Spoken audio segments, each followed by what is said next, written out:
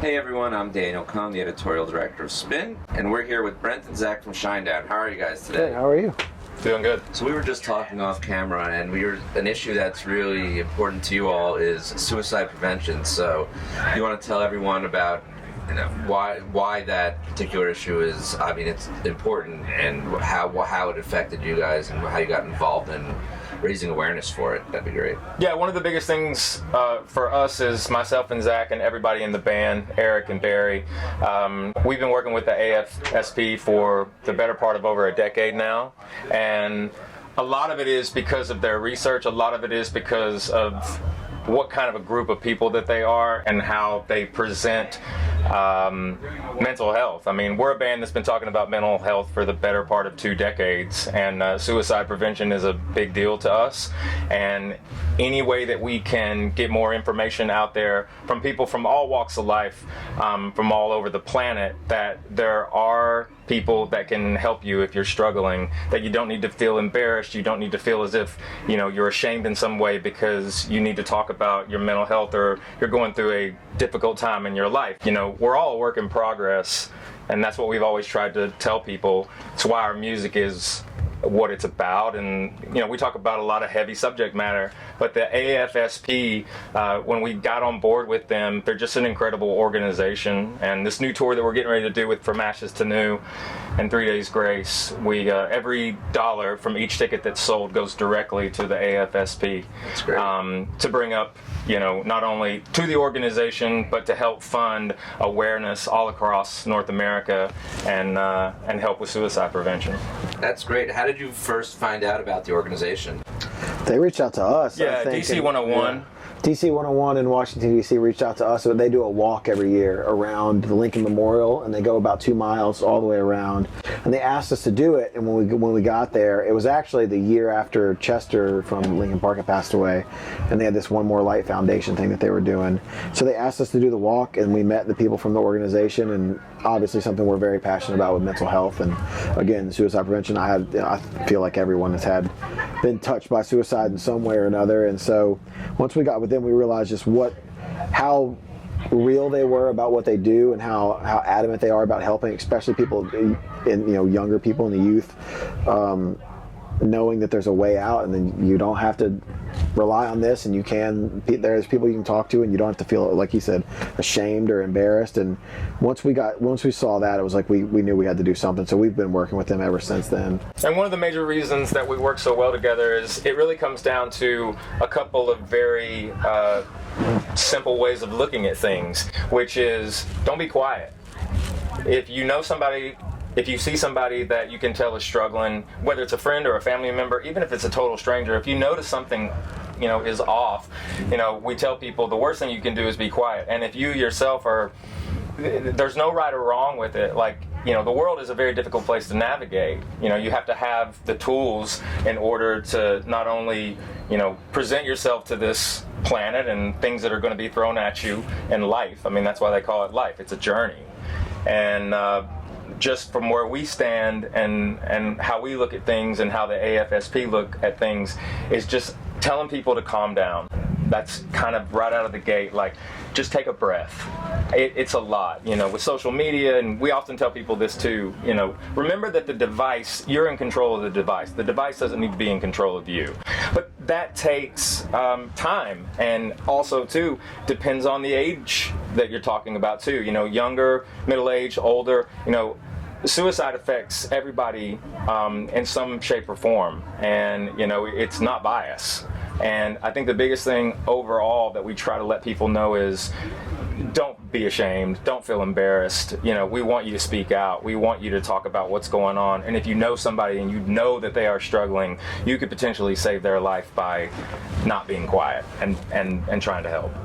It's incredible that you guys use your platform for this. I'm sure there's so many fans you've probably come across that when they do hear this, they express their appreciation in some way. Have you had any significant stories that you could share that you've heard that your fans have relayed to you that you've helped them? Countless stories. Countless. I don't know any of them that I don't even know, if I remember one specifically, but even if I don't know if I would share it because it's like a personal thing. But we haven't really done meet and greets in a while. Obviously, it started with COVID and all this other stuff, but we That's lyrically, I think we're a little bit of a heavy band on that side of mental health, so I think it relates to a lot of people. So I think we get a lot of those stories, maybe more so than a lot of bands, but I mean, it's, that's a heavy thing, and everybody's, I hate the word artist. Well, we're all emotional. Anyone who's an artist in any form, I think, has some sort of emotional vulnerability.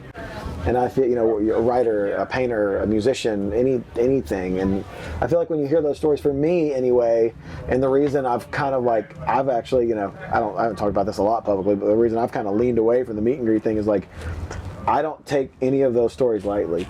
So to have somebody tell you about, their son that was 15 and killed themselves, and it's you got to go to the next guy in a meet and greet who's just happy to be there.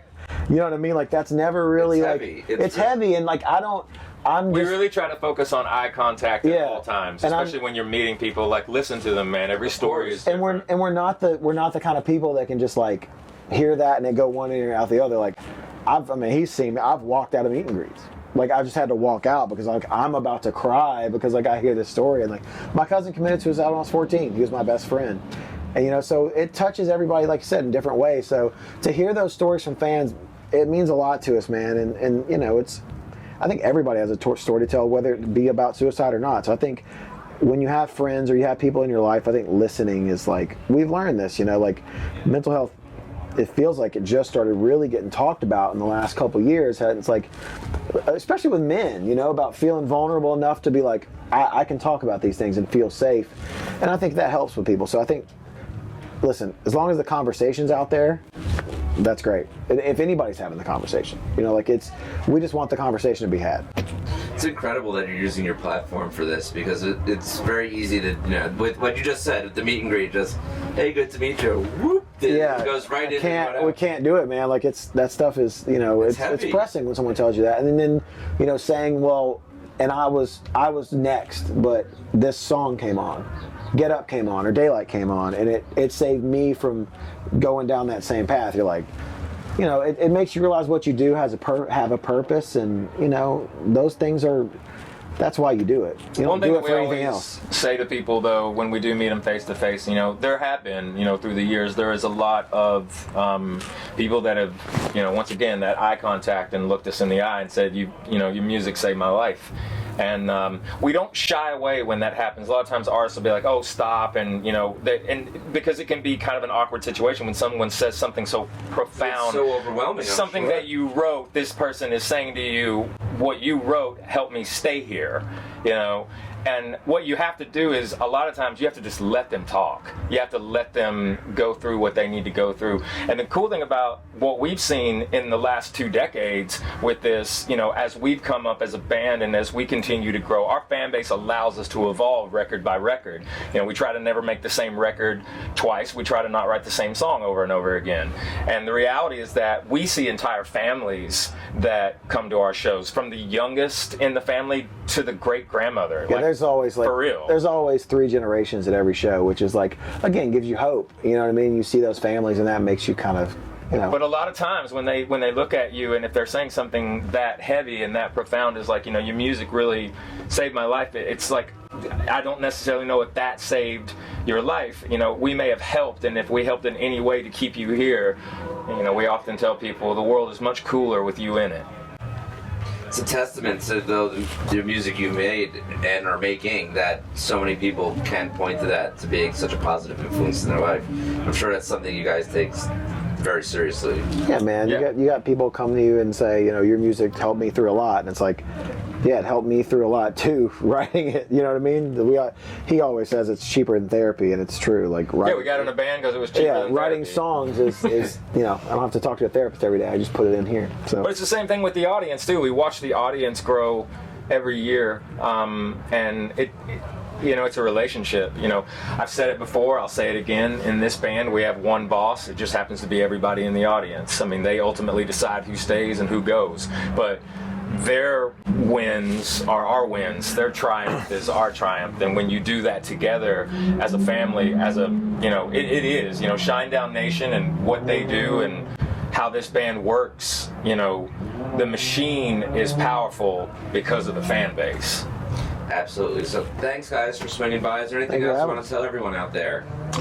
That we're on tour April 3rd through May All 9th. year long, pretty much. All year long. Go to shinedown.com for info. Social media, all you gotta do is look up Shinedown and you can find us.